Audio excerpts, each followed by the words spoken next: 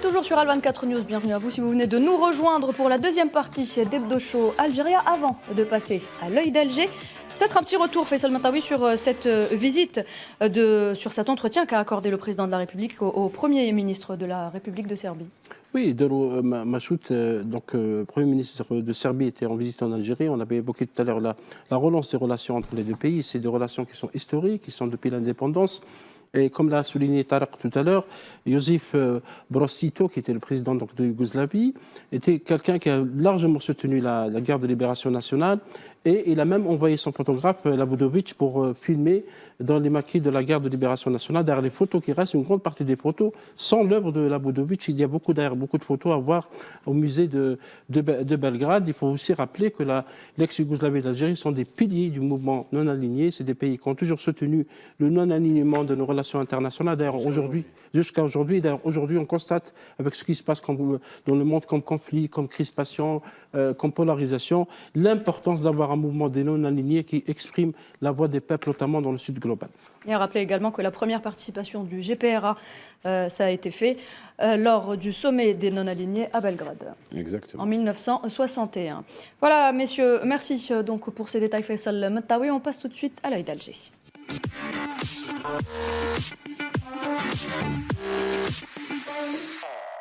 Et ce soir, l'œil d'Alger, mesdames et messieurs, se tourne vers notre voisin de l'Ouest, le Maroc, qui tente tant bien que mal de faire perdurer ses réseaux d'influence dans l'Hexagone. On en a déjà parlé sur ce plateau.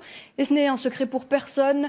Le Makhzen use tous les stratagèmes pour porter les intérêts de Rabat au cœur même des institutions françaises. En témoigne d'ailleurs l'article signé Alexandre Aublanc, qui est paru cette semaine dans le quotidien Le Monde. Pour en parler ce soir, nous avons le plaisir d'avoir avec nous depuis Paris Monsieur Mahdi Belabès, consultant stratégie politique et décision politique. Bonsoir. Bonsoir. Merci d'avoir accepté notre invitation. Et puis se joint également à nous Monsieur Christophe Fro, rédacteur en chef du Grand Forum sur Radio France Maghreb 2. Bonsoir Christophe. Et accessoirement aussi chroniqueur dans l'Hebdo Show. Et accessoirement. Merci. Bonsoir Christophe. Merci d'être avec nous. Mehdi Belabès, je commencerai peut-être avec vous à la lumière des révélations chocs faites par Alexandre Aublanc.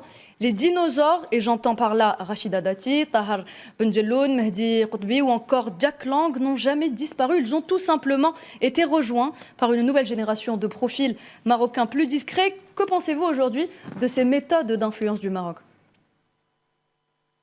Ces méthodes sont de plus en plus organisées, structurées.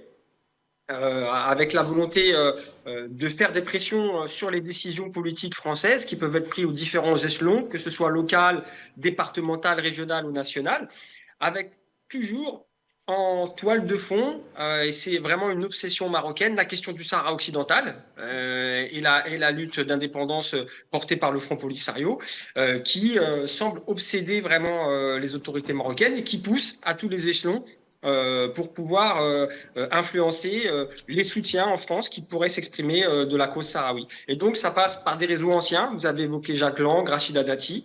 Mais aujourd'hui, on a toute une nouvelle génération de nouveaux acteurs politiques français, franco-marocains, qui vont effectivement aussi se faire les porte-parole du régime marocain, particulièrement sur la question du Sahara occidental.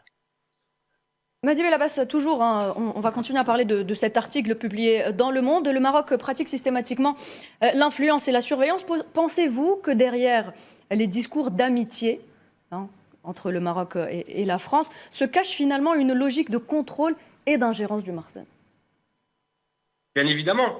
La preuve la plus importante a été le scandale de l'affaire Pegasus, ce logiciel espion de conception israélienne. Oui.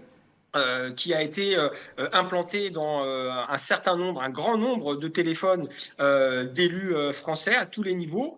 Moi, au moment de l'affaire Pegasus, j'étais élu local dans une commune du sud de Paris, où le maire, où on avait une politique de coopération avec les camps de réfugiés sahraouis de la région de Tindouf, et où le maire a vu son téléphone infiltré par le dispositif Pegasus afin de l'espionner et de le mettre en difficulté. Donc effectivement, il y a cette volonté d'exercer toutes les pressions possibles et d'avoir une politique quelque part inamicale envers la France.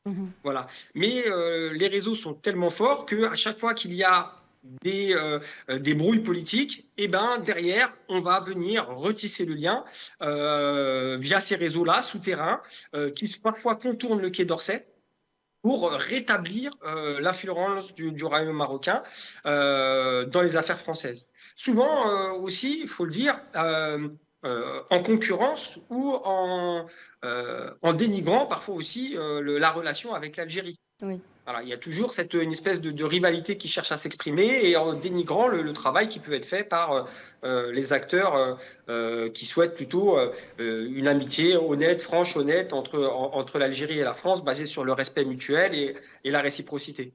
Mehdi Belabas, vous avez justement évoqué l'affaire Pegasus. Je pense que cette affaire, elle a été quand même pas mal minimisée par certains politiques français. Selon vous, pourquoi est-ce que les intérêts sont trop impliqués pour permettre une rupture nette peut-être avec le Maroc? Oui, les intérêts stratégiques entre le Maroc et la France sont extrêmement importants, bien évidemment, d'autant plus depuis l'alliance israélo-marocaine dans le cadre des accords d'Abraham, qui ont créé une espèce de boucle avec un front impérialiste et colonialiste qui est évident, en tous les cas dans certaines sphères de la politique française, notamment à droite et à l'extrême droite, et c'est rappelé d'ailleurs dans l'article du Monde. C'est pas innocent si dans les fichiers politiques, sur les fichiers politiques, ce sont les partis de droite et d'extrême droite qui sont aujourd'hui des soutiens très importants du gouvernement marocain et de sa politique au Sahara occidental. On parle d'Éric Ciotti, mais on pourrait évoquer Laurent Wauquiez, on pourrait évoquer beaucoup de personnalités de droite et d'extrême droite qui soutiennent la politique marocaine. Donc il y a vraiment une influence dans tous les partis politiques français. Dans tous les partis politiques français. Les élus franco-marocains sont des relais très souvent, parfois volontairement, parfois moins. Il faut le dire aussi, parce que moi j'ai eu des collègues élus franco-marocains qui me disaient Mehdi, on ne peut pas parler de ce sujet-là parce que sinon on a des pressions au pays, sur nos familles, qu'est-ce qui va se passer quand je vais rentrer au pays, on peut me faire des histoires, etc. Et du coup, ils étaient un petit peu en retrait, ils préféraient se taire. Et donc, on a comme ça vraiment une politique très agressive là-dessus. Juste une question, bonsoir monsieur. Quel a été véritablement le rôle du système Pegasus? Est-ce que vous pouvez nous expliquer pour les téléspectatrices et téléspectateurs qu'est-ce que Pegasus et à quoi il a servi exactement? Et est-ce que ça a été une sorte de maître chanteur électronique parce que beaucoup de choses ont changé après justement les fuites de Pegasus par rapport à la relation franco-marocaine? Alors, bonsoir Mehdi. Bonsoir. Le dispositif Pegasus, c'est un logiciel espion qui, une fois installé sur votre smartphone, va permettre aux personnes qui l'ont infiltré sur votre téléphone d'avoir accès à vos SMS, à vos mails, à votre répertoire, à votre historique de conversation, potentiellement écouter vos conversations. Et effectivement, ça donnait du coup beaucoup de pouvoir, beaucoup d'influence aux personnes qui avaient accès à ces logiciels-là et à vos téléphones, surtout sur des sujets sensibles. Lorsque vous faites de la politique, vous avez accès à un certain nombre d'informations sensibles. Et on n'a aucune idée aujourd'hui de la façon dont ça a pu être utilisé. D'accord ? L'affaire ça a été rappelé en plateau, mais ça a été relativement étouffé quand même. Il y a des gens qui vont dire c'est pas très grave finalement, Pegasus. Le Maroc, c'est un pays ami. Ça arrive entre pays amis de s'espionner, etc. D'ailleurs, les Américains nous espionnent, les Allemands nous espionnent, etc. Il y a beaucoup effectivement de personnalités qui ont tenté de minimiser l'affaire. On a vraiment très peu d'idées de la façon dont ça a pu jouer. Voilà. On n'a pas perçu encore toutes les conséquences. Et moi, je pense qu'on n'a pas fini. Je pense qu'il y a encore des gens qui sont espionnés par ce logiciel-là, des acteurs associatifs, des acteurs politiques, notamment algériens ou franco-algériens, qui peuvent être victimes de ce dispositif-là. Donc en fait, on peut parler de capitulation de la France finalement, étant donné l'ampleur de cette affaire Pegasus. On en a entendu parler partout dans le monde. Il y a une grosse ampleur également de cette influence du Maroc sur la France. On peut s'interroger sur le revirement d'Emmanuel Macron en 2023 sur la question du Sahara occidental, qui a surpris quand même la plupart des observateurs sur le sujet. La France avait depuis plus de 40 ans une position historique sur la question du Sahara occidental. Ce revirement nous a tous étonnés. Et on n'a toujours pas compris aujourd'hui, pour nous qui sommes des observateurs de la politique française et des relations internationales, on n'a pas compris les motivations stricto sensu de ce revirement, sachant que ça créerait des difficultés diplomatiques avec un autre acteur extrêmement important de la Méditerranée, qui est l'Algérie.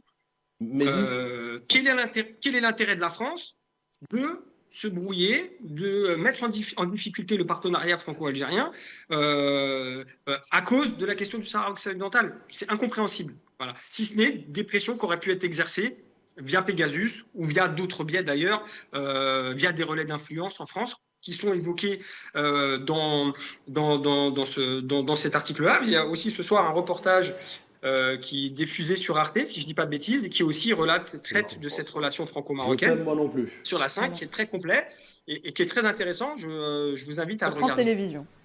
Pour juste rappeler que le logiciel Pegasus est une fabrication israélienne du groupe NSO. Et il faut rappeler aussi que ce logiciel a permis d'écouter les appels téléphoniques du président français, Emmanuel Macron lui-même, et beaucoup de hauts responsables, notamment au Quai d'Orsay, au ministère des Affaires étrangères.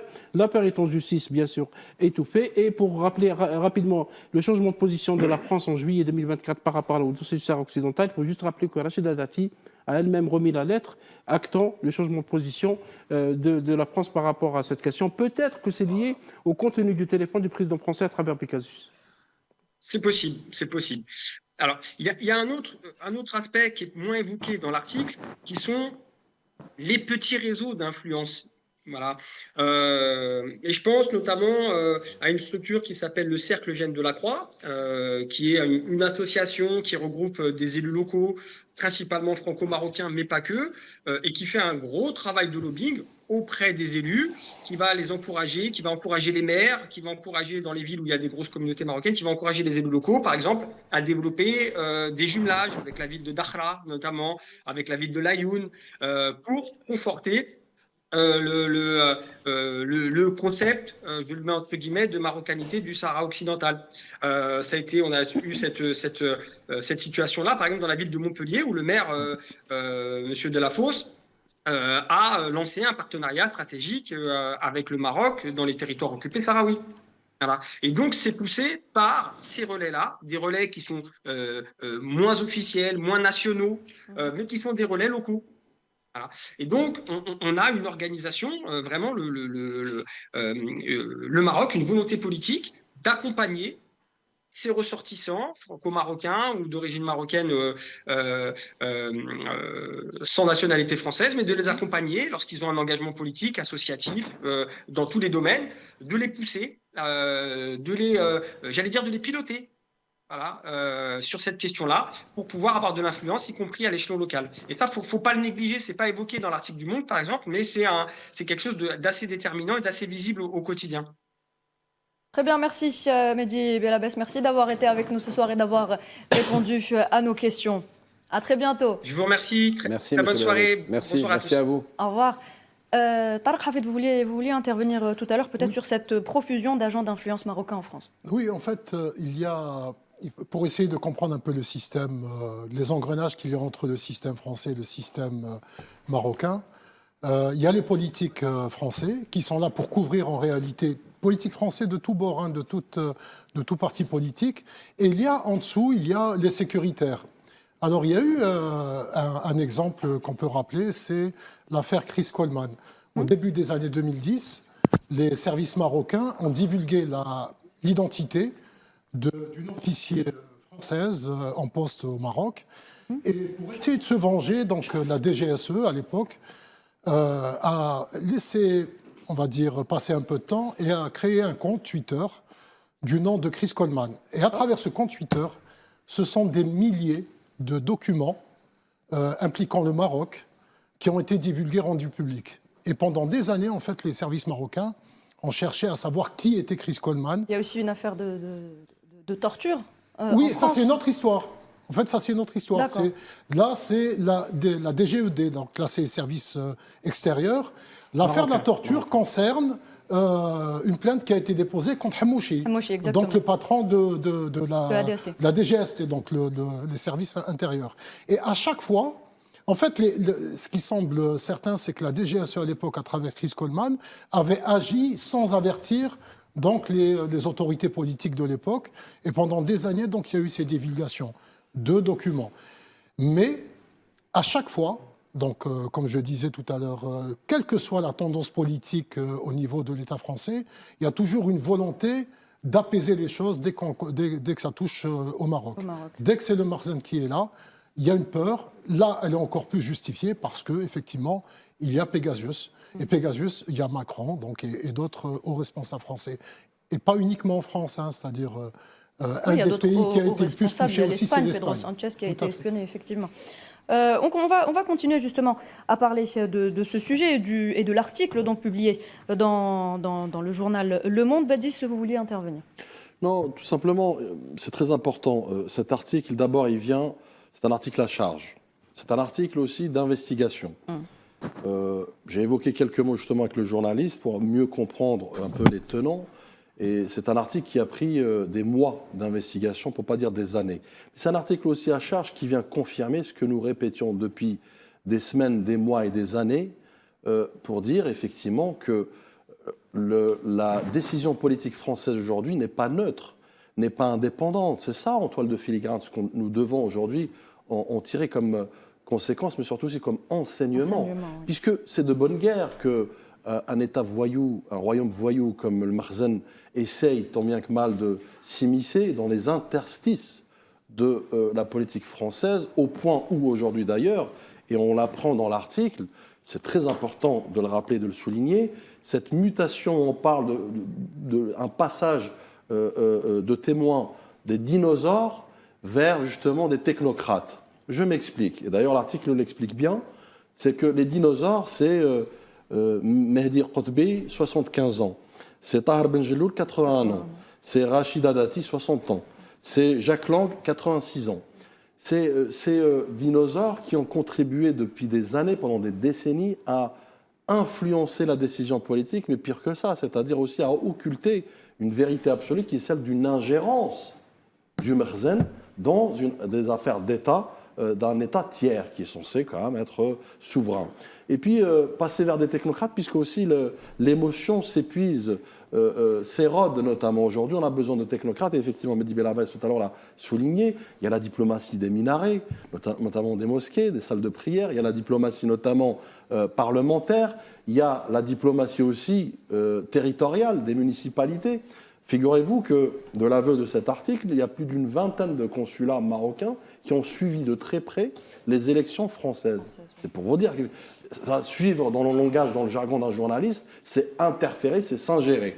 Figurez-vous, c'est par hasard, on en a parlé sur ce plateau, de cette algérophobie notamment contre les candidats d'origine algérienne, cette suspicion automatique contre justement le candidat issu de l'immigration, mais pas que d'ailleurs qu'algérien. Donc on voit bien qu'il y a une espèce de tentative d'ingérence pour interférer, pour asseoir, encore une fois, une assise au niveau des municipalités. Et puis aussi, vous avez d'autres relais. Puisqu'aujourd'hui, le Marzen ne veut pas que chercher des amis à Paris, il veut influencer, il veut créer, fabriquer des alignements.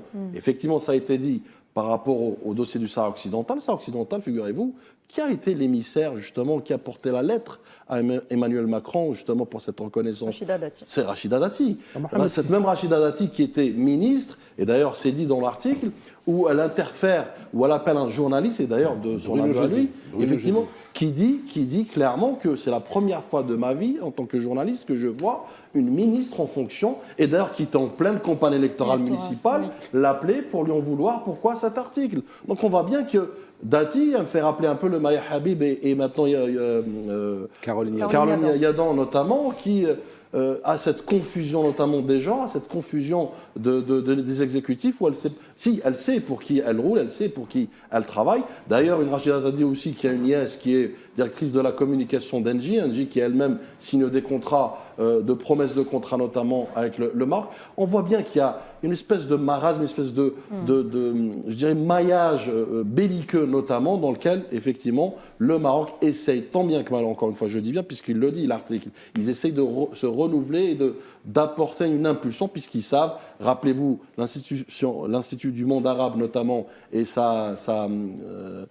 comment dire, le remplacement notamment de Jacques Lang, oui. Suite, rappelez-vous pourquoi, là aussi À un l'affaire sondage, Epstein. exactement. Scandale Donc, sexuel d'Epstein. tout le monde s'y attendait, de la continuité notamment à la tête de cette institution qui, je dis, était une caisse de résonance, notamment de la voix du Makhzen. Il faut le dire, il faut que les Françaises et les Français sachent qu'aujourd'hui, notamment la décision politique n'est pas forcément neutre, n'est pas prise selon un prisme d'objectivité. Sur le Sahara occidental, y compris le Quai d'Orsay, la diplomatie française a été prise de court, notamment puisqu'encore une fois, il y a eu ce canal indirect de diplomatie officieuse porté par une pseudo-diplomate, Rachida Dati, qui s'est illustrée comme diplomate, qui comprend un peu les clés de compréhension, notamment du Sahara occidental, pour défendre la marocanité du Sahara occidental. Encore une fois, le Sahara occidental, ce n'est pas une question de déclaration, sinon ça se saurait, c'est une question de résolution. Vous évoquez justement le Sahara occidental et l'ingérence Badis Khnissa. Il y a aussi l'affaire Rachid Mbarki sur BFM TV. Oui, dans les médias notamment, et Badis a parlé de l'Institut du monde arabe, il faut juste rappeler, c'est dans l'article du Monde, hein, Jacques Lang, qui était donc pendant très longtemps directeur de l'Institut du monde arabe. Très longtemps. Oui, il est resté très longtemps. Il est logé au Royal Mansour, qui est donc le palace appartenant à Mohamed VI, auprès du roi, à Marrakech. Et Badis parlait de l'Institut du monde arabe parce que le Maroc, à travers ses relais, entre parenthèses, celui qui est au cœur de ce système, c'est l'OCP, c'est l'ancien office chérifien des phosphates, un grand groupe de production de phosphates et dérivés, qui donne beaucoup d'argent pour financer les opérations de lobbying à travers un homme d'affaires qui s'appelle Richard Atias, lui-même lié à l'entité sioniste. D'ailleurs, curieusement, la plupart des lobbyistes pro-marocains à Badis sont proches de Tel Aviv, d'une manière ou d'une autre. Il y a aussi les relais culturels, parce que là, le Maroc finance aussi beaucoup de relais. Il y a par exemple le cinéaste Nabil Ayouch, qui est un juif marocain. Il y a l'écrivaine Leila Slimani, Yasmine Chami et Rachid Benzine. Toute cette galaxie est en train de travailler pour que le Maroc et la France signent un traité d'amitié. Merci Faisal Mataoui. On va aller du côté de Christophe Romahdi, si vous le voulez bien. Très rapidement, on va lui poser une question. Il nous attend depuis tout à l'heure. Christophe, est-ce qu'on peut dire finalement que la France tolère aujourd'hui ces ingérences du Maroc sur son propre territoire ? On en croit quelques confidences de la DGSI. Apparemment, ils ont été assez agacés, fut un temps, par l'agressivité du Makhzen. J'aimerais revenir juste sur un point que Noël, tu as abordé. C'est l'affaire Rachid Ben Barki. Quand même, cette affaire est relativement grave. Il s'agit d'un journaliste qui officiait sur BFM TV, la chaîne d'information française, et qui travaillait la nuit et qui en profitait un petit peu pour changer un peu les règles et pour dresser un peu les louanges du Maroc.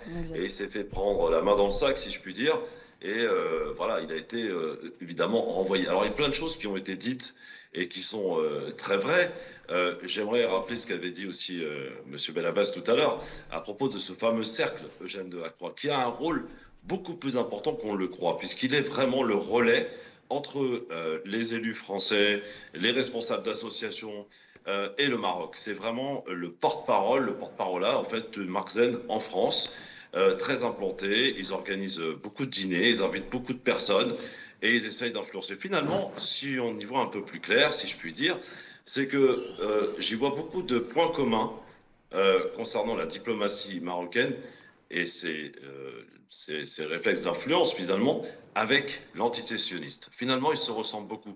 Ce sont des amis qui s'entendent très bien et qui, visiblement, ont les mêmes méthodes. Pegasus, on en parlait tout à l'heure, c'est extrêmement grave parce que non seulement ça vous infiltre votre téléphone, mais est capable de décrypter aussi des messages que vous pouvez envoyer via des messageries cryptées. C'est-à-dire que vous avez ce logiciel qui est entièrement dans votre téléphone et ils ont accès à toutes vos conversations. On se rappelle de ce qui s'est passé avec le président Macron, qui avait été très en colère de découvrir que son numéro de téléphone figurait sur la liste des gens qui ont été espionnés. Il avait d'ailleurs appelé le roi Mohamed VI, à qui il avait dit soit vous ne contrôlez pas votre pays, soit vous êtes un menteur.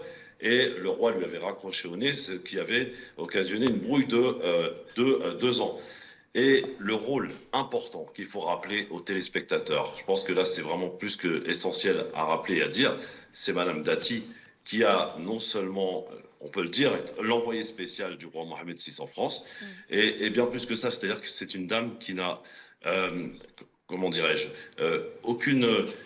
Elle est vraiment très agressive envers ses interlocuteurs. Je me souviens, moi, avoir interviewé des gens qui ont eu affaire à elle. C'est à base d'insultes. Par SMS, elle insulte les gens. Elle se comporte comme une racaille. Cette femme est aujourd'hui, au travers des élections municipales qui ont eu lieu il y a pas longtemps, finalement, on est ravis ici que Madame Dati ne soit pas maire de Paris, parce que franchement, cette dame a un rôle beaucoup plus important qu'on veut bien le croire, et l'influence aussi du président Macron, qui a autour de lui beaucoup d'élus marocains, ce qui aide beaucoup aussi au Marzen de pouvoir s'implanter davantage. Mais je pense que la France a tout intérêt de faire très attention, parce que les méthodes israéliennes, les méthodes de l'entité sioniste sont les mêmes aujourd'hui que les méthodes du Marzen. Merci Christophe Roux, vous restez avec nous. Mahdi, peut-être Avec grand une plaisir. intervention. Vous avez oublié également du côté de la diplomatie Hubert Védrine. Hubert Védrine qui était l'ancien ministre des Affaires étrangères français et qui jusqu'à maintenant est un lobbyiste acharné du royaume marocain. Vous avez également le petit nabot de Éric Ciotti qui vient d'être élu maire de Nice, qui est un des plus grands défenseurs de la monarchie marocaine et qui passe ses vacances tout frais payées à la Mamounia quand il le souhaite. Donc vous avez énormément aussi de personnes dans le domaine politique, des élus locaux, comme l'a si bien dit Christophe et notre ami Mehdi. Vous avez également des personnes de la société civile qui font un travail de lobbying. Tout ça est très, très encadré, très entouré, mais je pense que ça ne plaît pas à beaucoup de monde actuellement, parce que là, vous avez un tollé depuis 4-5 jours sur les journaux, et en l'occurrence par rapport au Monde, il y a aussi un autre article dans Ouest France qui justement sont en train de dire attention, nous pensons, enfin les journaux pensent qu'on se trompe de cible, et que ce qui n'est pas dit doit être justement divulgué. Et ce qui se passe est très grave par rapport à l'indépendance et la souveraineté de la France vis-à-vis de ses interlocuteurs marocains. Vous évoquiez plusieurs médias. Mahdi, justement, il y a également cette enquête retentissante qui a été publiée récemment par le magazine néerlandais Elsevier Weekblad, excusez mon accent, je ne sais pas si ça se prononce comme ça, Badis est en train de sourire. Mais donc cet article lève le voile sur l'ampleur des réseaux d'espionnage et de harcèlement déployés donc par le Marzen, que ce soit aux Pays-Bas, en Allemagne, en Belgique, ciblant, messieurs, sans relâche, les militants des droits de l'homme et les opposants politiques en exil. Parmi donc ces cibles privilégiées de la traque entreprise par le régime du Marzen figurent les militants de la cause Rifen. Et justement, on a contacté un opposant Rifen. Il s'agit de Mohamed Dohri, délégué et porte-parole du Parti national Rifen en Espagne. Je vous propose d'écouter son témoignage. Il revient sur les révélations de la revue néerlandaise concernant la traque subie par son camarade leader du PNR, Parti national Rifen. Regardez. Un passage précis pour parler de l'affaire de notre camarade Youbel Reddewi, qui était espionné dans plusieurs mois, on parle d'années, en Allemagne, par des agents externes marocains, et aussi la justice allemande. Mais oui, il a été visé au l'UPM, était en loupe. Donc la justice allemande, il a donné il a émis un ordre sur cette affaire, et c'est une grande vulnérabilité, oui, vulnérabilité des lois, même de ces États démocratiques européens, parce qu'on sait très bien que ici en Europe, il y a les lois de la confidentialité et la loi de la privacité ou de l'intimité. Donc, quand tu y es espionné, tu y es de la persécution, tu avais des persécutions dans ta vie, et la justice seulement dans 1 an de prison à un agent marocain ou seulement payer une amende, c'est incroyable. Il faut revoir. Et en plus, il y a des intérêts intersectionnés entre eux.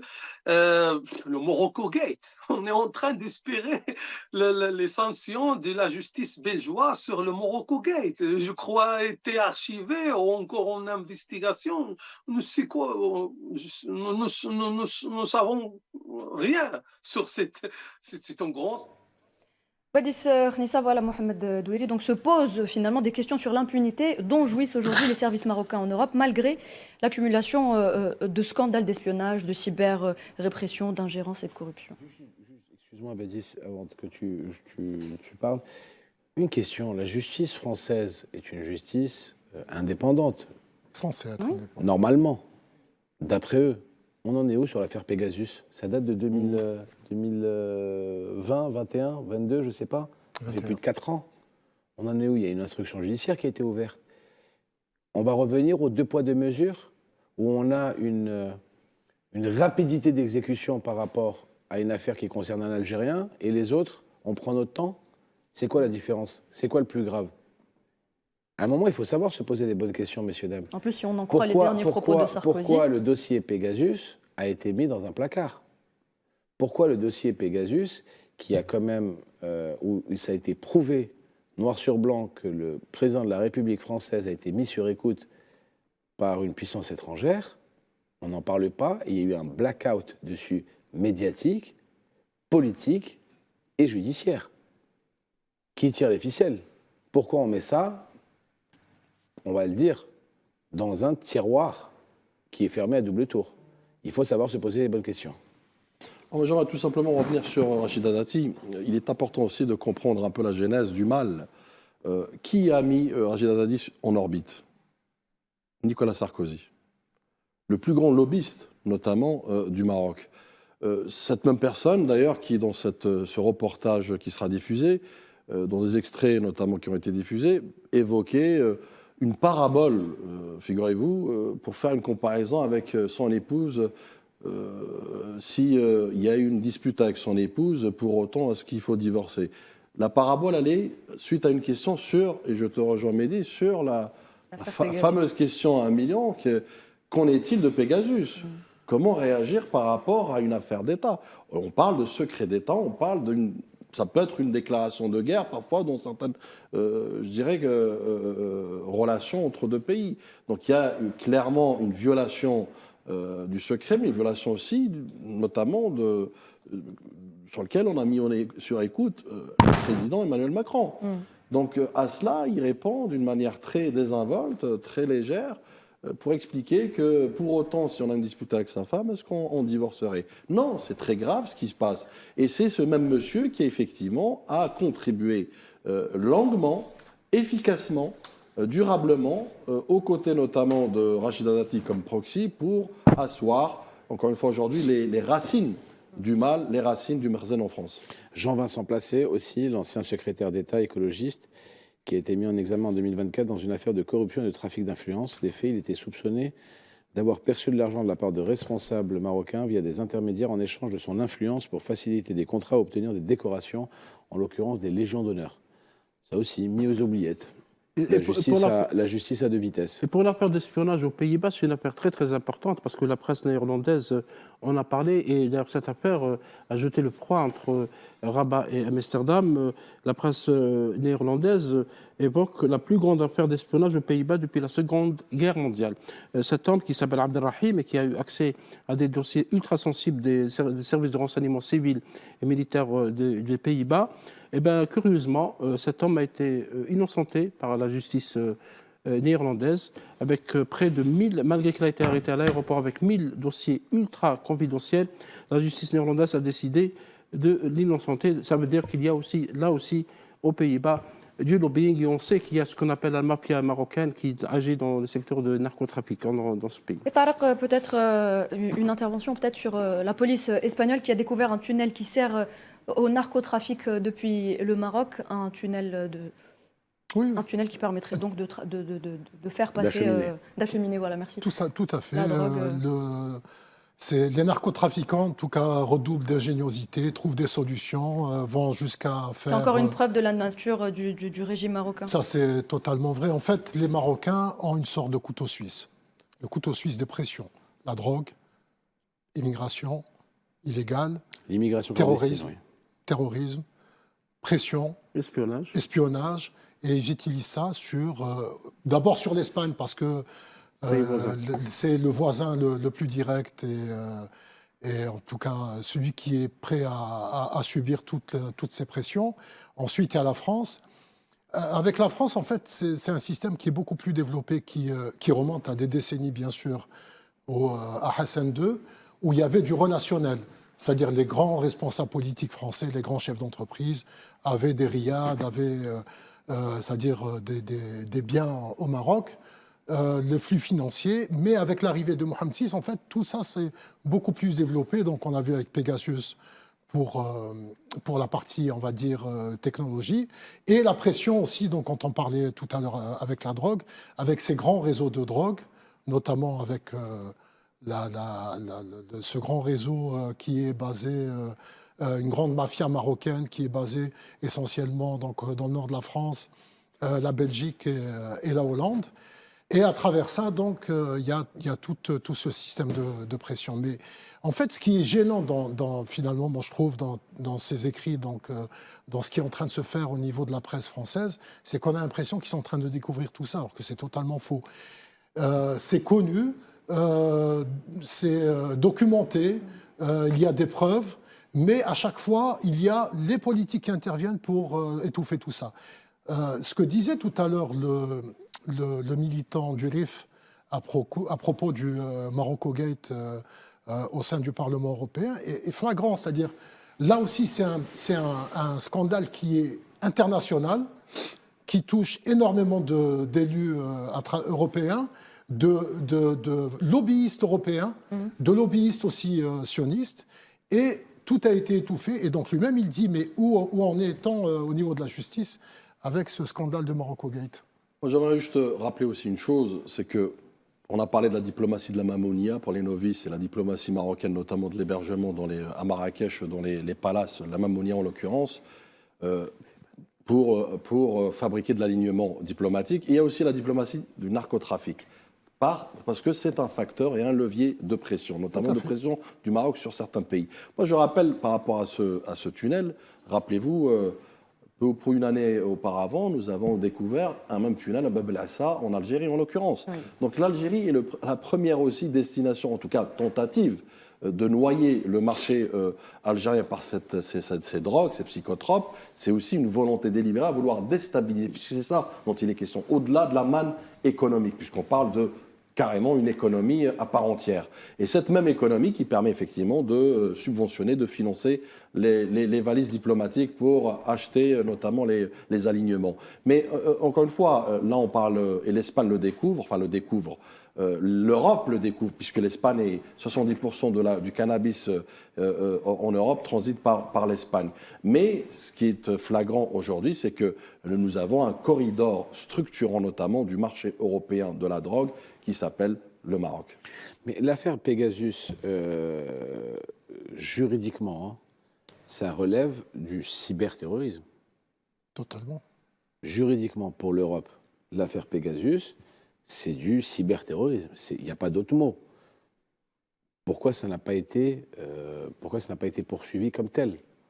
Pourquoi justement cette affaire qui est une affaire juste dingue, où il y a un logiciel espion qui te surveille des politiques, des journalistes, des opposants, des personnes du monde médiatique, des célébrités, des chefs d'État, n'est pas considéré comme une affaire de cyberterrorisme, parce qu'on rentre en plein dedans dans du cyberterrorisme. Enfin, pour moi, c'est à vérifier. D'ailleurs, le reportage de France Télévisions qui doit passer ce soir revient justement, Mahdi, sur la question. Je vous propose de regarder, on en parle juste après. Quel serait l'intérêt pour un État comme le Maroc d'espionner jusqu'au téléphone du président de la République? J'imagine que ça les intéresse de savoir dans quel état d'esprit est la France vis-à-vis du Maroc, de l'Algérie. Enfin, pour eux, c'est des renseignements de caractère stratégique, j'imagine. C'est la première fois qu'un pays ami, le Maroc, se permettrait d'écouter le portable d'un dirigeant. C'est un séisme très fort. De ce que l'on sait, la réaction d'Emmanuel Macron était assez dure. Il était plus qu'agacé, il était en colère contre le roi du Maroc. Emmanuel Macron, fidèle à sa façon de faire de la diplomatie, de manière directe, appelle le souverain du Maroc. Emmanuel Macron lui aurait répondu, il y a deux possibilités. Soit, un, vous ne savez pas ce qui se passe dans votre pays, soit vous mentez. Oui, c'est effectivement la question posée par Mahdi et ce reportage est très très importante. C'est vrai qu'on a tout fait pour étouffer l'affaire Pegasus, peut-être parce que c'est lié à l'entité sioniste et on sait les lobbies aussi, le lobby sioniste qui existe en France. Et d'ailleurs, en parenthèse, la France voudrait même interdire la critique du sionisme. On reviendra tout à l'heure par rapport à cette question, mais également au Maroc. Et il faut juste rappeler, Nouhat, que le logiciel d'espionnage Pegasus est toujours en circulation, il est toujours exporté par l'entreprise sioniste sans être inquiète. Et même les organisations internationales supposées dénoncer ces formes de cybercriminalité évoquées par Mahdi, et qui est donc dénoncée par toutes les lois internationales, y compris celles de l'ONU, ne disent rien du tout par rapport à ce logiciel. Et il n'est pas le seul, parce qu'il y a d'autres formes utilisées par les entreprises, notamment qui sont liées au Mossad, pour espionner les chefs d'État, et entre les chefs d'État et de plusieurs pays, notamment de la région. Ce que dit Bajolais est très important. Et puis Bajolais, c'est pas n'importe qui. Bajolais était diplomate, ambassadeur dans plusieurs pays, notamment en Algérie, mais il a été surtout à la tête de la DGSE. Oui. C'est-à-dire que ce qu'il dit, c'est pas un rigolo qui le dit, c'est quelqu'un qui sait exactement ce qui se passe, qui connaît bien le Maroc et qui connaît donc les capacités d'influence et de mal que peut faire le Maroc pour un pays comme la France.